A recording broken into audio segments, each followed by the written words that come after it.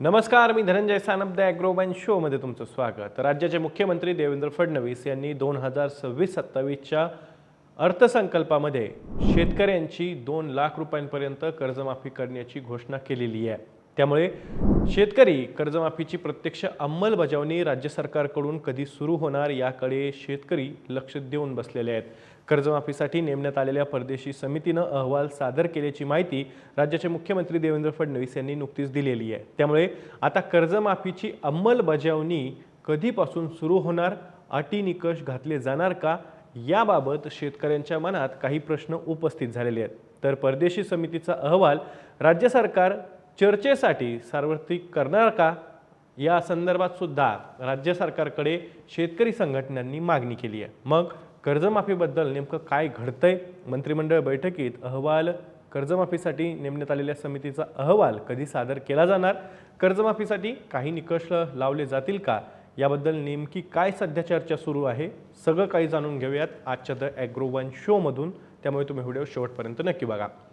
तर पुण्यश्लोक अहिल्यादेवी होळकर शेतकरी कर्जमाफी अंतर्गत 2 लाख रुपयांपर्यंत कर्जमाफी करण्याची आणि पीक कर्जाची नियमित परतफेड करणाऱ्या शेतकऱ्यांना प्रोत्साहनपर 50,000 रुपये अनुदान देण्याची घोषणा राज्याचे मुख्यमंत्री देवेंद्र फडणवीस यांनी अर्थसंकल्प सादर करताना केलेली आहे।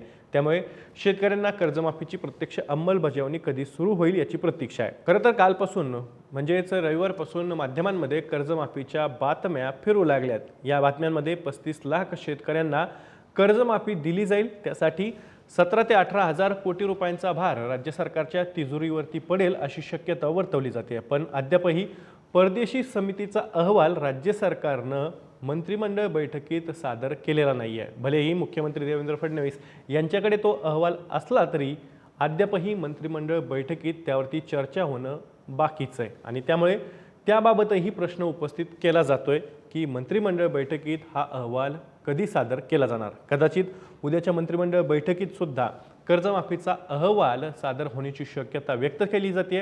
पण या अहवालात नेमकं काय याबद्दलही शेतकऱ्यांच्या मनात एक उत्सुकता आहे। एक चर्चा अशी आहे की महायुती सरकारच्या कार्यकाळात अर्थात 2018 मध्ये झालेल्या छत्रपती शिवाजी महाराज शेतकरी कर्जमाफीच्या निकषांऐवजी महाविकास आघाडीच्या काळात झालेल्या महात्मा फुले शेतकरी कर्जमाफीचे अर्थात 2019च्या कर्जमाफीचे निकष लावून राज्य सरकार म्हणजे सत्ताधारी महायुती विरोधकांवरती कुरघोडी करेल अशा पद्धतीची शक्यता सुद्धा आणि एक चर्चा सध्या सुरू आहे। त्यामुळे विरोधकांना या कर्जमाफीच्या निकषांबाबत आवाज उठवता येऊ नये यासाठी हा डावपेच किंवा ही खेळी खेळली जाते अशा पद्धतीची शक्यता सुद्धा राजकीय विश्लेषकांकडून व्यक्त केली जाते। मुळात 2018 असो की 2020 असो, या कर्जमाफींमध्ये शेतकऱ्यांना प्रत्यक्ष अटी आणि निकष यांच्यामुळे वंचित राहावं लागलेलं आहे, हे विसरून चालणार नाही। त्यामुळे खरी गेंदबाजी मेक इथेच आहे। मुळात शेतकरी संघटनांनी कर्जमाफीच्या आश्वासन पूर्तीसाठी आंदोलन पुकारलं, त्यावेळी या नेत्यांशी चर्चा करण्यापूर्वीच राज्य सरकारने म्हणजेच मुख्यमंत्री देवेंद्र फडणवीस यांनी परदेशी समितीचा मुद्दा पुढे आणला। शेतकरी नेत्यांशी मुंबईमध्ये चर्चा करण्यापूर्वीच या समितीच्या बाबत राज्य सरकारने एक शासन निर्णय प्रसिद्ध केला, म्हणजेच ही समिती स्थापन करण्यात येईल अशा पद्धतीचा तो शासन निर्णय होता। त्यामुळे राज्य सरकारचं हेडलाईन मॅनेजमेंटवरती किती लक्ष आहे किंवा किती भर आहे याचं ते उदाहरणच म्हणावं लागेल। शेतकऱ्यांना तातडीनं कर्जमाफी द्या अशी मागणी शेतकरी संघटना करत होत्या। त्यावेळी मुख्यमंत्री म्हणाले परदेशी समितीचा अहवाल आला की त्यानुसार कर्जमाफी करू। त्यासाठी या समितीला 6 महिन्यांचा कालावधी देण्यात आला। या 6 महिन्यामध्ये या समितीनं अभ्यास केला आणि त्यानंतर शेतकऱ्यांना कर्जमाफीतनं सुटका करण्यासाठी किंवा कर्जाच्या विळख्यातनं बाहेर काढण्यासाठी या समितीनं आता आपला अहवाल हा राज्य सरकारला सादर केलेला आहे। पण आता मात्र कर्जमाफीसाठी 2019च्या कर्जमाफीचे निकष लावण्यात येतील अशी चर्चा सुरू आहे आणि त्यामुळे काही प्रश्नही उपस्थित होतोय। 2019च्या कर्जमाफीचे निकष लावायचेच होते तर मग समितीच्या अहवालाचा घाट का घालण्यात आला? केवळ वेळकाढूपणा करण्यासाठी राज्य सरकारनं ही समिती स्थापन केली होती का? आता मंत्रिमंडळात हा अहवाल सादर करण्यात येणार आहे, पण या अहवालात काय आहे हे शेतकऱ्यांपासून लपून ठेवण्याची गरज राज्य सरकारला का वाटते? वास्तविक शेतकऱ्यांना कर्जाच्या विळख्यातनं शेतकऱ्यांना बाहेर काढण्यासाठी अल्प आणि दीर्घकालीन उपाय ही समिती सुचवणार आहे। मग तो सार्वत्रिक करण्यात काय धोका आहे राज्य सरकारला?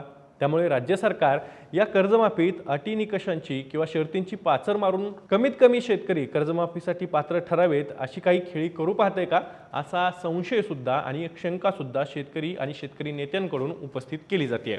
याच पार्श्वभूमीवरती अखिल भारतीय किसान सभेच्या वतीनं हा अहवाल चर्चेसाठी राज्य सरकारनं खुला करावा अशी मागणी करण्यात आलेली आहे। तर मागील कर्जमाफीचेच निकष पुन्हा वापरायचे होते तर समिती स्थापन करून वेळ आणि पैसा का वाया घालवला असा प्रश्नही किसान सभेनं उपस्थित केला आहे। वास्तविक राज्यस्तरीय बँकर्स समितीच्या अहवालानुसार शेतकऱ्यांवरती 40,000 कोटी रुपयांचं कर्ज थकीत आहे, पण राज्य सरकारने मात्र 2 लाख रुपयांपर्यंतच कर्ज माफ करण्याची घोषणा केलेली आहे। अर्थात या 2 लाख रुपये कर्जामध्ये म्हणजेच कर्जमाफीमध्ये जे नगदी पीक घेणारे शेतकरी आहेत किंवा फळबागा घेणारे शेतकरी आहेत त्यांच्यावरती कर्ज हे 2 लाखांपेक्षाही मोठं असतं, तर त्या शेतकऱ्यांचं नेमकं काय होणार असाही प्रश्न अजूनही उपस्थित केला जातोय। त्यातही 2 लाखांवरील कर्ज माफ केलं तरच राज्य सरकार जे 2 लाख रुपयांपर्यंतचं कर्ज माफ करणार आहे ते कर्ज माफ करेल अशी शक्यता आहे।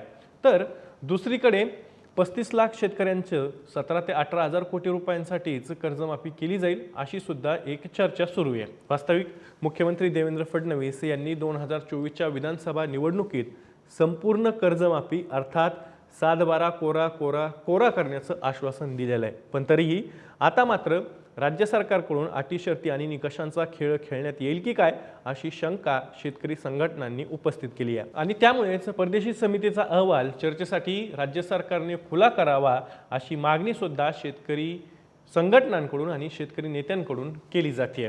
आता कर्जमाफीबद्दल अद्यापही सुस्पष्टता राज्यातल्या शेतकऱ्यांना नाही आहे। केवळ 2 लाख रुपयांपर्यंत कर्जमाफ करण्यात येईल आणि त्यासोबतच 50,000 रुपये हे पीक कर्जाचं नियमित परतफेड करणाऱ्या शेतकऱ्यांना अनुदान दिलं जाईल प्रोत्साहनपर, अशीच एक घोषणा फक्त मुख्यमंत्र्यांनी केलेली आहे। या समितीचा अहवाल उद्याच्या मंत्रिमंडळ बैठकीत कदाचित चर्चेला येऊ शकतो आणि त्यानंतरच या अहवालात नेमकं काय आहे त्याचंही आपण अपडेट घेण्याचा प्रयत्न करणारच आहोत। मी या माहितीसोबत तुर्तास इथेच थांबतोय। राज्य सरकार या समितीचा अहवाल मंत्रिमंडळाच्या बैठकीत चर्चेला घेण्यापूर्वीच चर्चेसाठी खुला करेल का? तुम्हाला काय वाटतंय? तुमची प्रतिक्रिया कमेंटमध्ये सांगा। मी या माहितीसोबत तुर्तास इथेच थांबतोय। मी दररोज संध्याकाळी 6 वाजता ॲग्रोवनच्या यूट्यूब चॅनलवर शेती आणि शेतकऱ्यांच्या हिताचे मुद्दे घेऊन येत असतो, त्यामुळे तुम्ही अजूनही ॲग्रोवनच्या यूट्यूब चॅनलला सबस्क्राईब केलं नसेल तर लगेच सबस्क्राईब करा। व्हिडिओ जास्तीत जास्त शेतकऱ्यांपर्यंत पाठवण्यासाठी व्हिडिओला लाईक आणि शेअर नक्की करा। आपण पुन्हा भेटू, तोवर तुम्ही तुमची आणि तुमच्या जवळच्या माणसांची काळजी घ्या।